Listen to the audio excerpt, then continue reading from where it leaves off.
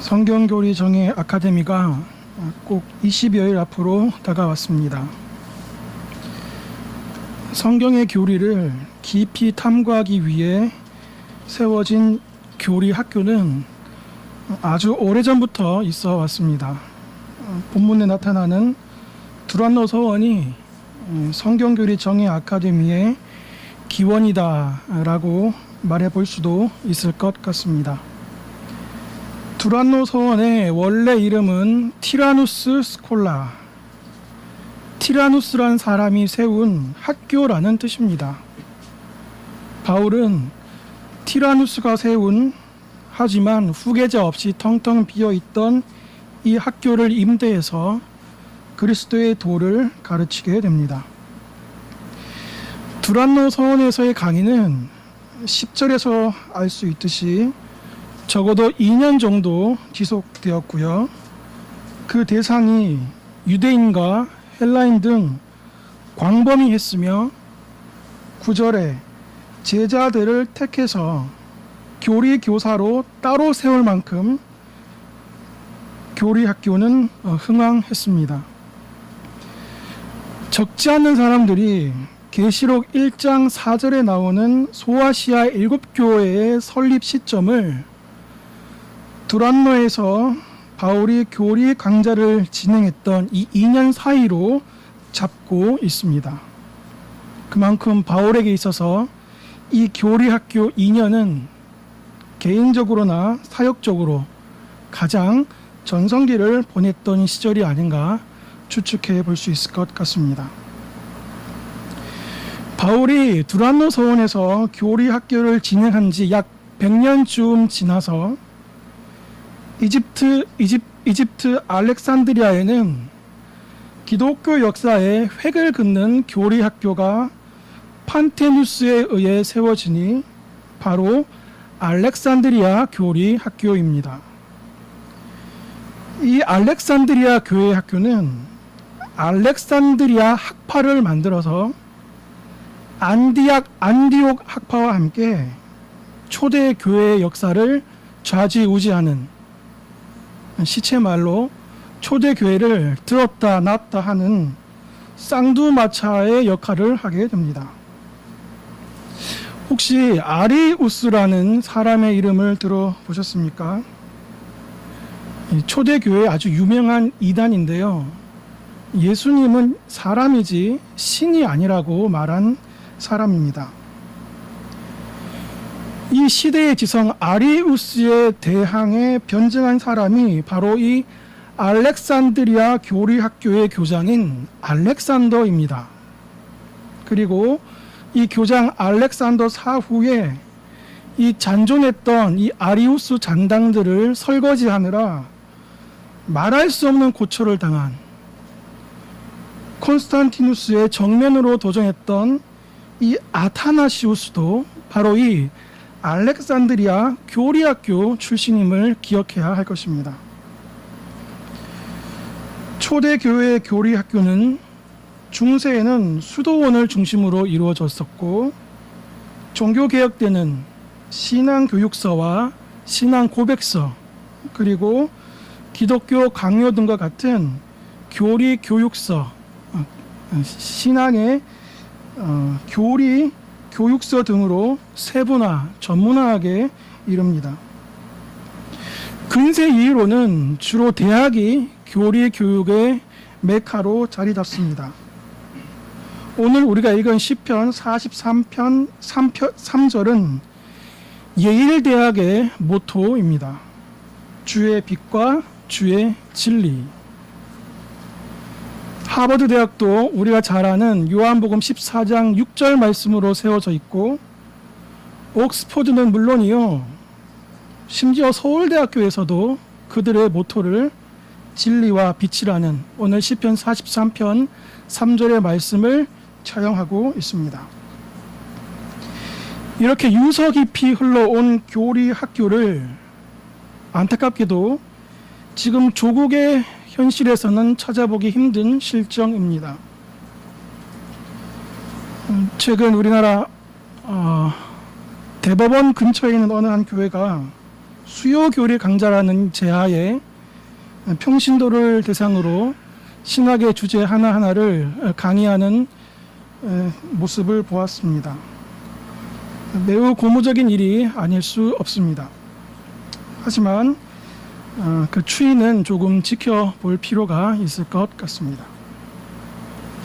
성경의 진리를 배우고 가르치는 일에 있어서 이렇게 척박한 작금의 상황에서 십자가지기 교회의 성경교리 정예학교는 거의 유일한 대안이 아닌가 조심스럽게나마 피력하게 됩니다. 저는 조국의 교회가 성경교리 정예 아카데미로 돌아가야 한다고 생각합니다. 이 말이 과하다면 조국의 교회는 적어도 성경교리 정예 아카데미의 정신으로 돌아가야 합니다. 왜 그렇습니까? 왜 조국의 교회는 다시 성경교리 정예 아카데미 혹은 그 정신으로 돌아가야 합니까?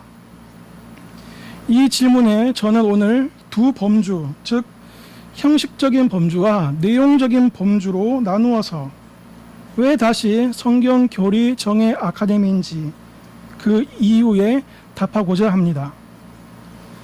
오늘은 형식적인 범주의 이유에서만 다루고 차제에는 내용적 범주의 이유에 대해서 다뤄보도록 하겠습니다. 먼저 형식적인 범주의 첫 번째 이유입니다. 조국교회는 무식한 유식의 시대를 살고 있는 이 시대에 유식한 무식을 취하기 위해 교리학교로 돌아가야 합니다.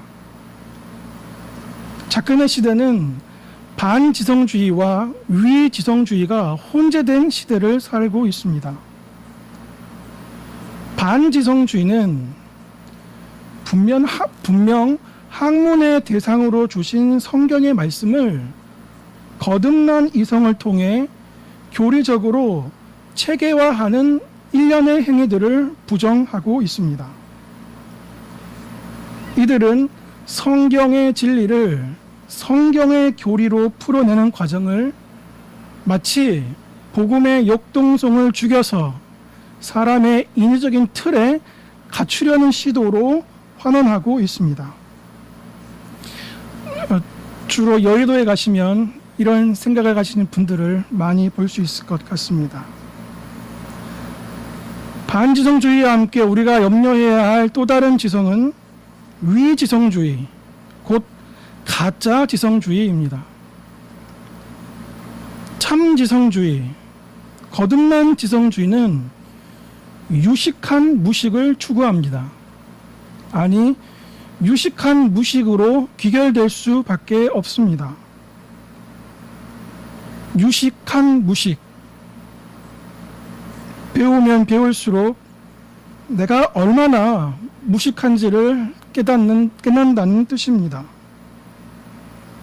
주님께로 나아가면 나아갈수록 하나님을 아는 지식이 쌓여지면 쌓여질수록 내가 얼마나 의존적인 존재인지, 내가 얼마나 하나님께 큰 은혜를 받은 존재인지를 깨닫게 된다는 것입니다.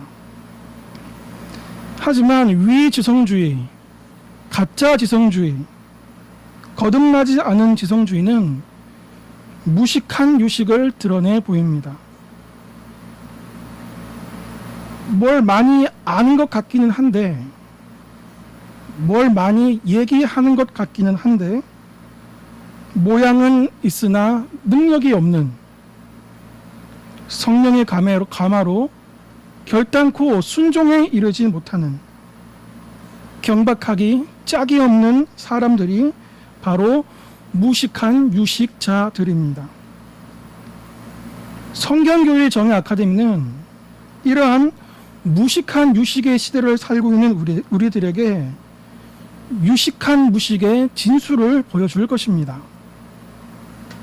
내가 얼마나 무지한 사람인지, 내가 얼마나 의존적인 사람인지, 그래서 내가 얼마나 더 주님께 기대야 하고 얼마나 더 주님을 사랑해야 하는지를 깨닫게 해주는 것이죠.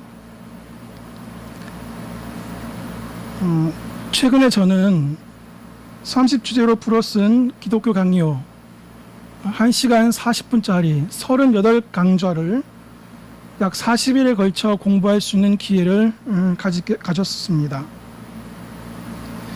마지막 페이지를 닫고 마지막 강의를 마무리하면서 제 마음에 처음 밀려오는 감화는 먹먹함이었습니다. 책은 한 권 다 뗐는데 38개 강의는 다 들었는데 뭔가 먹먹해지는, 뭔가 막막해지는, 생전 처음 느끼는 그런 감화를 받았습니다. 사실 제가 30주제 강의를 3번째 듣는 것이었습니다.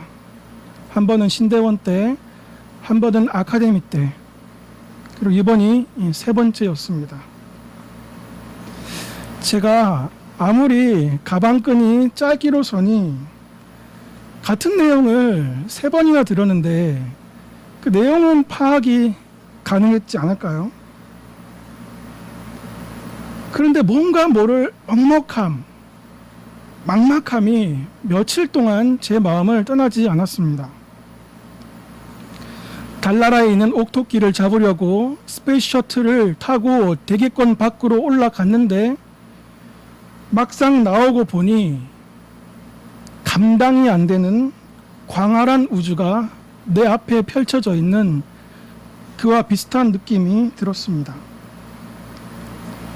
사랑하는 성도 여러분, 내가 모든 내용을 그랩스 다 파악했다 라고 말할 때의 성취감은 오히려 나를 불안하게 만들 때가 있습니다.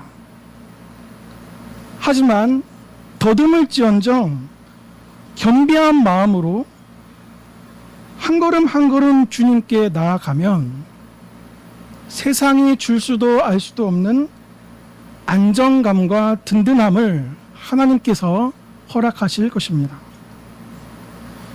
유식한 무식자만이 느낄 수 있는 안정감과 든든함, 이 안정감과 든든함을 한여름 성경교리 정예 아카데미에서 한번 느껴보시지 않겠습니까? 왜 다시 아카데미인가? 형식적인 범주 2번째 이유입니다. 우리는 삶의 언저리만 맴도는 교리에서 삶 한가운데로 침몰하는 교리를 위해 아카데미로 돌아가야 합니다. 혹자는 말하기를 기독교는 마게도냐의 헬레니즘도 극복했지만 예루살렘의 유다이즘도 극복했지만 로마의 세속주의도 극복했지만 플라톤의 이원론은 기독교가 극복하지 못했다고 말합니다. 어찌 성경이 이원론을 극복하지 못했겠습니까? 다만 기독교가 플라톤의 이원론을 극복하지 못했다는 말은 그만큼 우리네 경건의 삶 가운데 이 이원화되어 있는 그림자가 깊게 드리웠다는 말을 반증하는 것일 것입니다. 이론과 실제, 지성과 믿음, 주 1의 예배와 주 6일의 삶, 교회에서의 가식적인 모습과 가정에서의 본래의 모습, 기독교가 이원성을 극복하지 못했다는 이 혹자의 말은 이렇게 우리 신앙 한가운데로 파고들고 있는 이원화된 양상을 경고함이 아닌가 사료됩니다. 이렇게 갈기갈기 찢어져 있는 이원화된 삶과 신앙을 극복하기 위해 조국교회는 성경교리 정예학교로 돌아가야 합니다. 아카데미는 삶에서 사는 교리, 교리로 사는 삶을 추구합니다. 삶에서 사는 교리, 교리로 사는 삶. 저 하나님의 사람은 지식을 말할 때에 언제나 경험을 빠뜨리지 않았습니다. 진리가, 계시가, 지식이 그리스도 안에서 성령에 의해 감화되는 신자의 경험을 그 누구보다도 강조했습니다. 사랑으로 역사하는 믿음, 지식의 믿음뿐 아니라 역사하는 사랑을 강조했습니다. 그는 우리를 가리키는 선생이 경험이라는 교사라고 말을까지 하면서 경건에 대한 경험이야말로 우리에게 살아있는 지식, 하나님에 대한 참된 지식을 얻게 해준다고 지금도 강조하고 있습니다. 지식과 삶, 교리와 생활, 이론과 실제를 연결해주는 클라이막스를 우리는 성경교리 정의가 그토록 강조하는 기도에서 찾아볼 수 있습니다. 기도와 신론. 하나님을 아는 지식 없이 어떻게 기도할 수 있습니까? 하나님을 모르는데 누구에게 무엇을 기도한단 말입니까? 기도와 인간론. 자신이 어떠한 인간인지를 모르는데 무슨 기도를 한단 말입니까? 자신의 비참을 알지 못하는데 누가 열렬히 하나님께 기도하겠습니까? 기도와 기독론. 중보자 그리스도의 아는 지식 없이 어떻게 기도할 수 있습니까? 본질상 진노의 자식들인 우리가 드리는 기도가 중보자 없이 하나님께 가다하는 것이 가능할 수 있습니까? 기도와 구원론. 나는 하나님의 자녀이고 하나님은 나의 하나님이라는 성도의 확신 없이 무엇을 기도할 수 있습니까? 기도와 교회론. 하나님에 계신 우리 아버지여 라고 두세 사람의 기도, 공동체의 기도를 받으신다고 우리 주님 가르쳐 주시 않으셨습니까? 기도와 종말론. 오늘을 오늘 되게 하는 저 너머를 소망하는 기도가 아니면 그 기도는 기복적인 기도, 흠령하실 수 없는 기도가 되는 것은 명확관한 그 사실이 아니겠습니까? 이렇게 모든 지식은, 모든 신학 분과는 경건의 경험과 결코 분리될 수 없는 지행일치, 신행합일의 가르침이 성경교리 정의를 통해서, 성경교리 종의 아카데미를 통해서 회복되는 것입니다. 플라톤이라는 이원론의 숲길을 아카데미라는 산행을 통해서 하나하나 극복해 가보셨으면 좋겠습니다. 왜 다시 아카데미인가? 형식적인 범주 마지막 세 번째 이유입니다. 우리는 성경의 교리를 성경의 사람에게 배우기 위해 아카데미로 돌아가야 합니다. 무엇을 배울 것인가 라는 명제는 누구에게 배울 것인가 라는 질문을 항상 함의하고 있습니다. 무엇을 배울 것인가 라는 말은 누구에게 배울 것인가 라는 말에 또 다른 표현에 지나지 않습니다. 그분이 가르치시기에 그것을 배울 수 있습니다. 다른 분이 가르치면 그것을 그렇게 배울 수 없습니다. 왜냐하면 가르치는 자의 인격이 그 가르침을 좌우하기 때문입니다.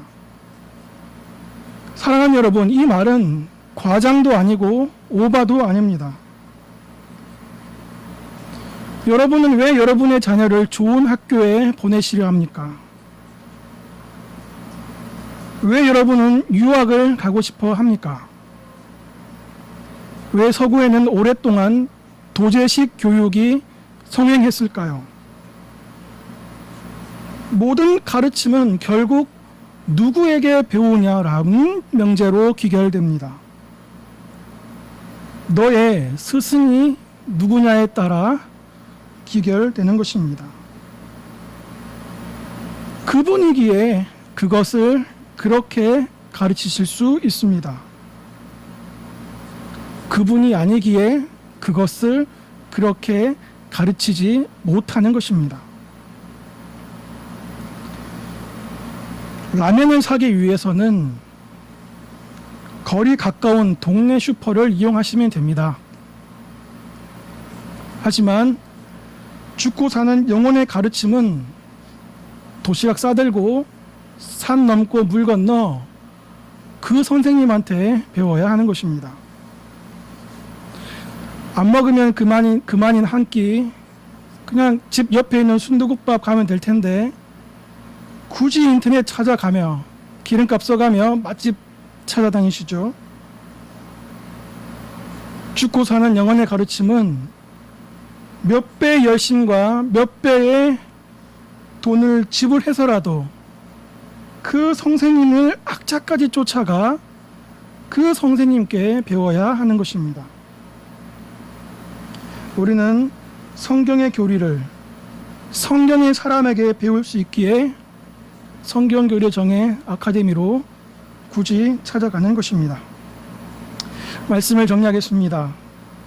오늘 우리는 왜 다시 성경교리 정예 아카데미로 돌아가야 하는가? 형식적인 측면 세 가지 이유에 대해서 살펴보았습니다. 우리가 다시 아카데미로 돌아갈 때에 첫째, 무식한 유식을 버리고 유식한 무식을 찾을 수 있습니다. 소크라테스가 말했습니다. 나는 내가 모르는 것을 안다. 노노 위정평에도 비슷한 말이 있죠.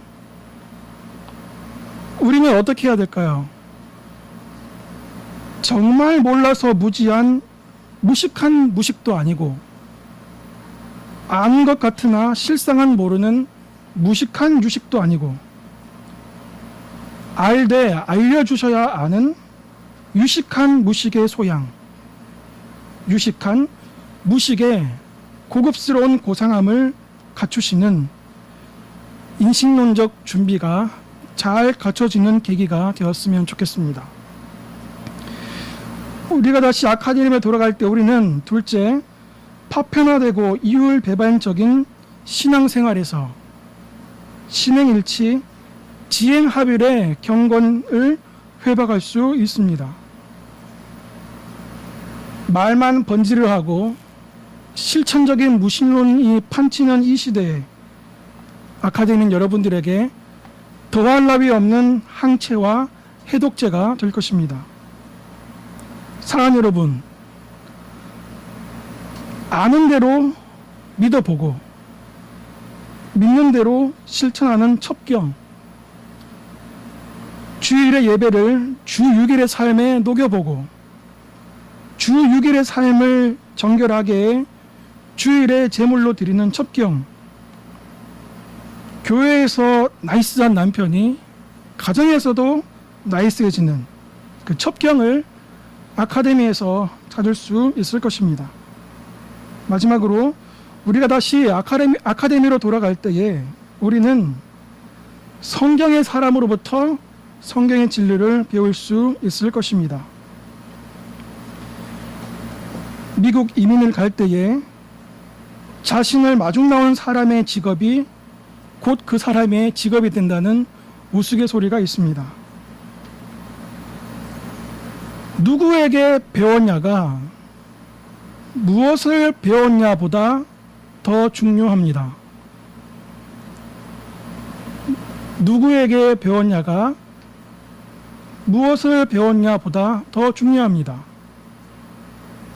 왜냐하면 그 무엇의 실체는 그 누구의 인격에 결정되기 때문입니다. 교회 대외적으로 가장 큰 행사입니다. 아카데미를 위해서 함께 기도해 주시고 협력해 주셔서 여러분들의 기도와 헌신이 하나님 나라의 확장에 귀히 선용되는 기회로 삼으시는 사랑하는 모든 성도님 되셨으면 좋겠습니다. 기도하시겠습니다. 살아계신 하나님, 무지몽매한 시대를, 갈갈이 찢겨져 파편화된 시대를, 참된 스승이 없는 시대를 살아가고 있습니다. 귀한 십자가지기 교회의 성경교리 아카데미, 지극히 미약하고 연약하며 우둔한 자들의 모임입니다. 그러나 우리 모임 가운데 주님 것을 찾으시고 발견하셔서 미랄로 쓰시고, 그래서 한국교회가 유식한 무식을 찾게 신행일치 지행합의의 경건을 찾을 수 있는 기회로 삼으셔서 우리 모두가 교리의 교사가, 말씀의 교사가 될 수 있도록 은혜를 더하여 주시옵소서. 미화를 세우신 사랑하는 담임 목사님, 은혜 위에 은혜를 더하여 주시옵시고, 특별히 무더운 여름 건강 잃지 않도록 주님 특별히 붙잡아 주시옵소서. 감사합니다. 예수님의 이름으로 기도합니다.